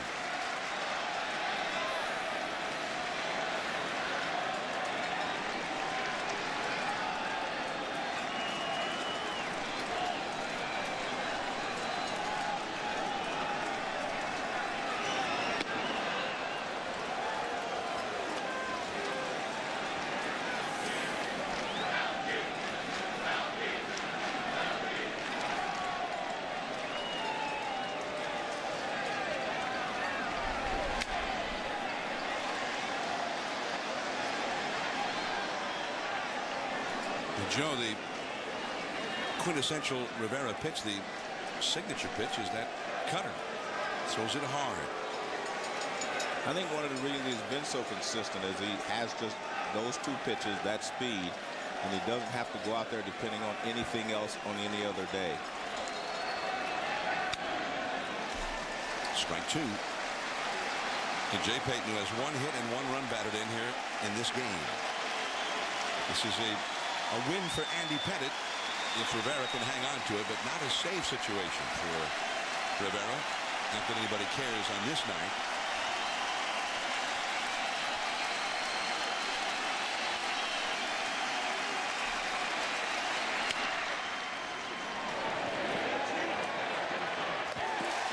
One away, just in time. Posada and Pettitte, battery mates. Those 2, along with Jeter and Rivera, the only 4 who've been here going all the way back to those 4 World Series championship seasons, 96, 98, 99, 2000.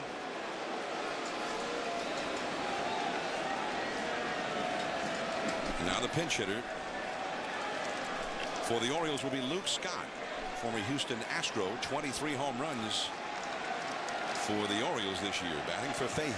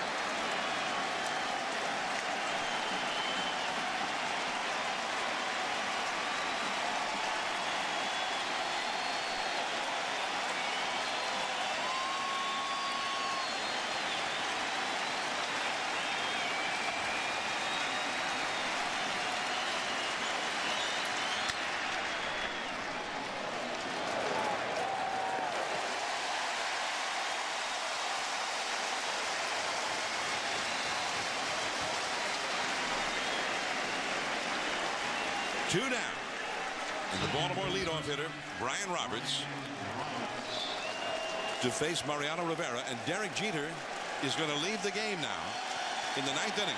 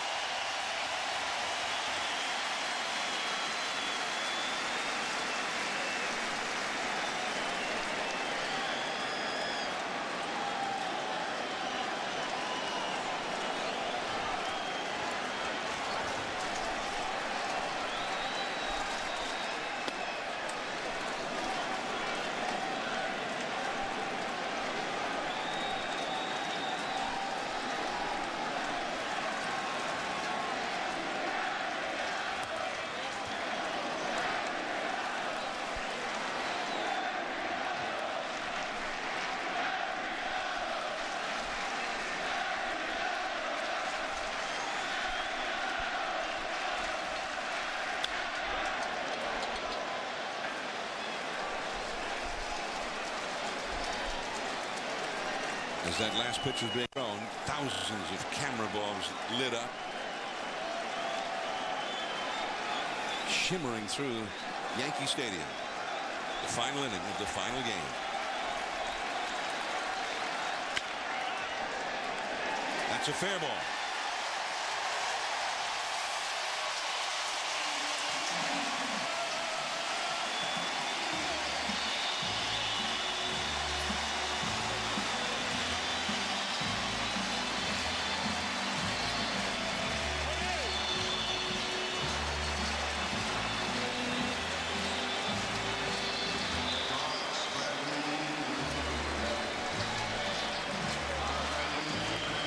In 1923, the Yankees played their first game at Yankee Stadium, and Babe Ruth hit a home run, and Bob Sharkey was the winning pitcher. Now, 85 years later, the final game here, and the final home run by the catcher, Jose Molina, who hit only 3 all year for the Yankees.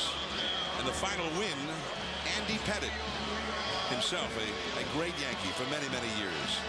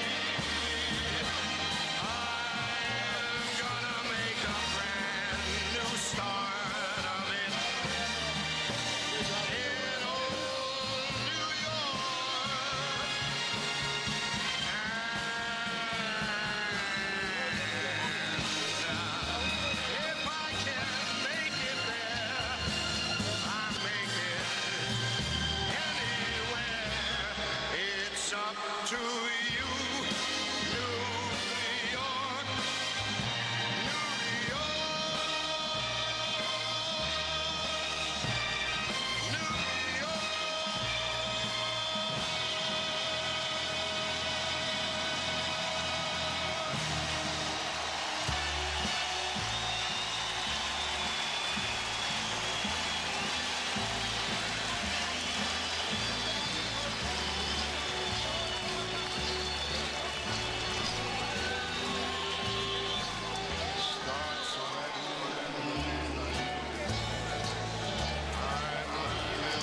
Jorge Posada, who was extremely disappointed not to be able to play tonight, injured, had some surgery, to be ready for next year, and alongside one of the great catchers of this era, plus acquired in a trade to help out because of the injury to Posada.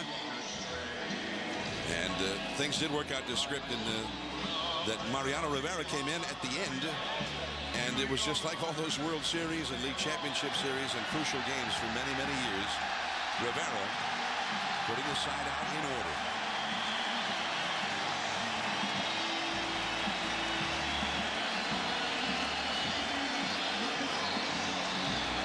Mike Messina, who still has a chance for 20 wins this year. 2 starts Tuesday, and if he wins it, he can get a shot on Sunday for a 20-win season. The Yankees will finish the year on the road. Mariano Rivera, who along with Posada and Jeter, such a key figure in the Yankees going back to the 1995 season that Michael Kay mentioned. 13 straight years in the postseason for these Yankees. 12 under Joe Torre. That will almost surely end this year. Derek Jeter out to the mound. Let's listen in. He's got a mic.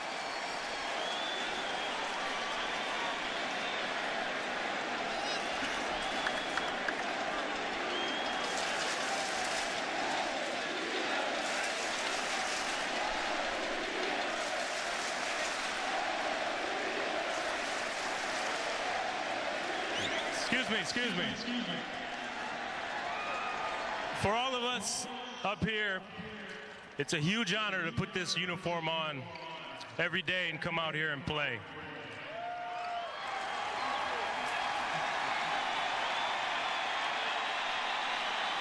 And every member of this organization, past and present, has been calling this place home for 85 years. There's a lot of tradition, a lot of history, and a lot of memories. Now, the great thing about memories is you're able to pass it along from generation to generation. And although things are going to change next year, we're going to move across the street. There are a few things with the New York Yankees that never change. That's pride, it's tradition, and most of all, we have the greatest fans in the world.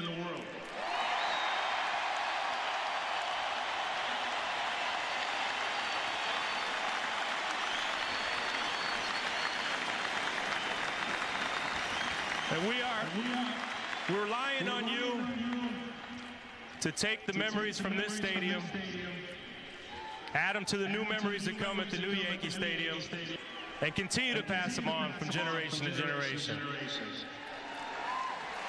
So on behalf of the entire organization, we just want to take this moment to salute you, the greatest fans in the world.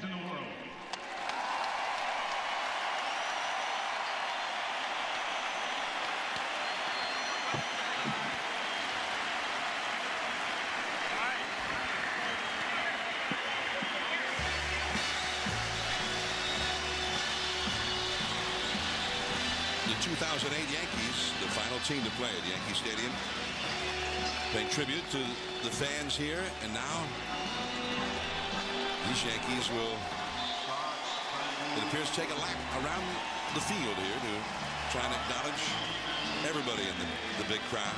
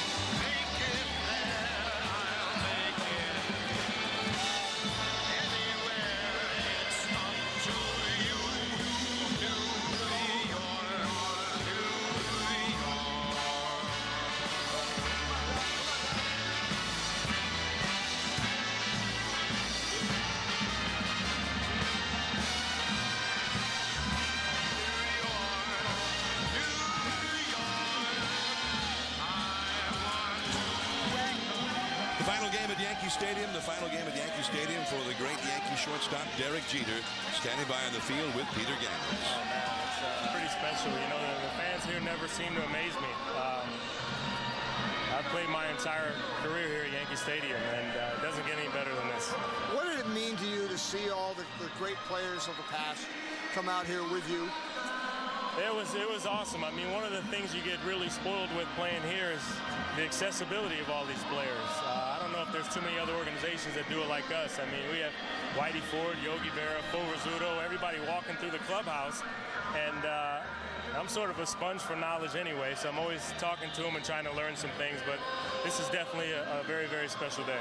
How long did it take you to put together that speech? I didn't know what I was going to say when I was walking out there.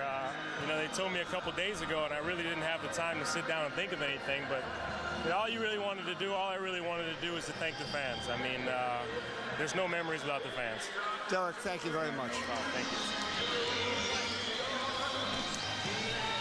Jeter, who was hit in the hand yesterday, the left hand with a pitch, and many feared that maybe he had broken the hand in the game yesterday, but he was back in there tonight.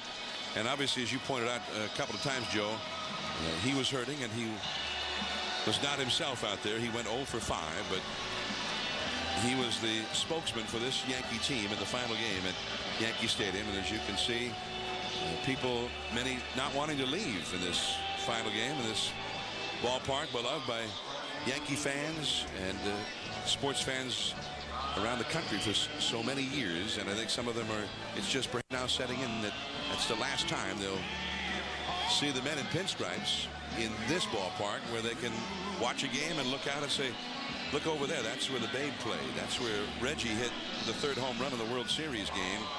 They moved to a beautiful new ballpark, but the history does not necessarily move with them. No, that's going to be tough. The team to duplicate. But, you know, I'm like Jeter. I believe in the fans. I think the fans here have showed that they will support this team, and when they move next door, they'll support them. And I think there'll be memories made over there. I mean, the way the Yankee organization is, they're going to always try to put the best team on the field. So I think you're going to have new memories made with new heroes over the next few years. Mariano Rivera with Peter Gammons on the field. Mariano, just express what it was like walking in for that 9th inning.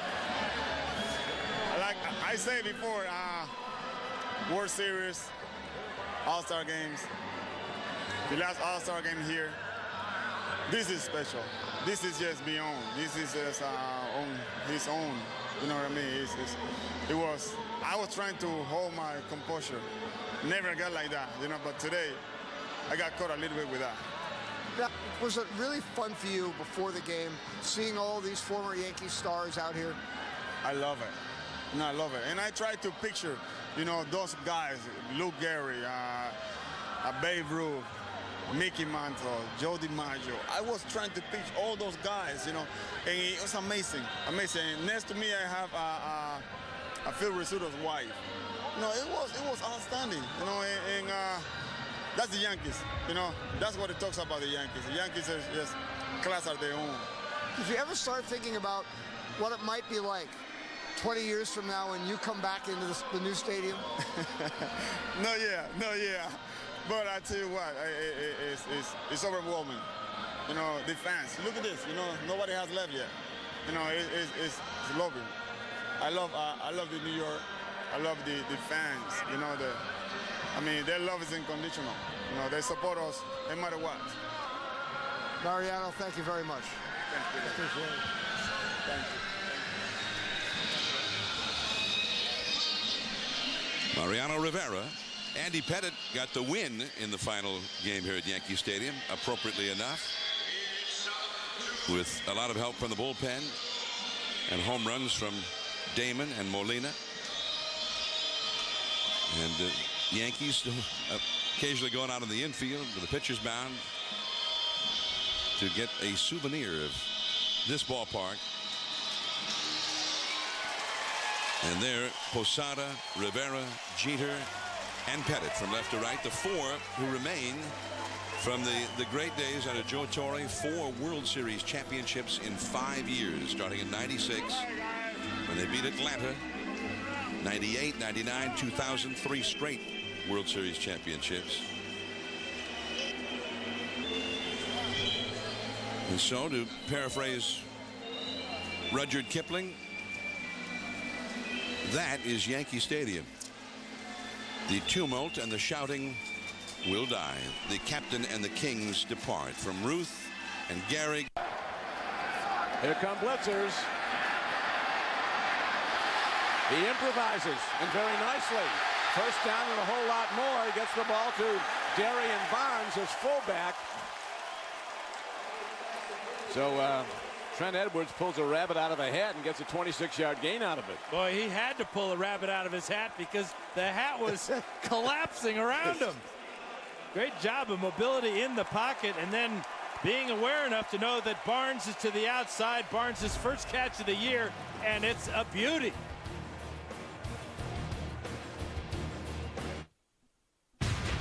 You're fast, but he'll make you faster. You run hard, he'll show you how to run harder. And you're good, but he'll make you better. This fall, discover the true story of a coach. We shouldn't play him. I'm playing. You're damn right you are. And the player who would become the first African American to win the Heisman Trophy. What matters is what you play for. The Express, in theaters Friday, October 10th. So you're telling me we're both insured, even with our medical history? That's right. Your life insurance coverage is approved. And we're just a toll-free call away to help you and your loved ones when you need us. It's never been easier or more affordable to protect your loved ones. If you're aged 20 to 80, you can apply. Plans range from $1,000 to $500,000, with an additional $250,000 if death is accidental, and all benefits are tax-free. Plus, receive our compassionate quality service for pennies a day. Conditions. Well, thanks very much. That's great. Most plans just ask a few simple questions over the phone, or call your local life insurance broker. It's that simple. Compare our rates. You could possibly save 30% or more, and payments never increase for the life of the policy. And you're under no obligation to buy. Call us now, toll-free at 1-866-7